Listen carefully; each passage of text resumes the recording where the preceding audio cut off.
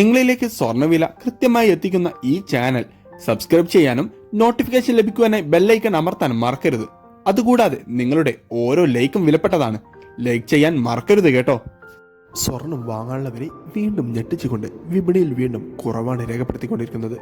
അന്താരാഷ്ട്ര വിപണിയിൽ ഒരൗൺ സ്വർണത്തിന് $2024 പരിധിയിൽ വ്യാപാരം എത്തിയപ്പോൾ കേരളത്തിൽ തുടർച്ചയായി ഇന്നും വിപണിയിൽ കുറവ് രേഖപ്പെടുത്തി. ഈ കുറവ് മൂലം കേരളത്തിൽ ഇപ്പോൾ 24 ക്യാരറ്റ് സ്വർണ്ണവില ഗ്രാമിന് 6315 രൂപയിലാണ് വ്യാപാരം പുരോഗമിച്ചുകൊണ്ടിരിക്കുന്നത്.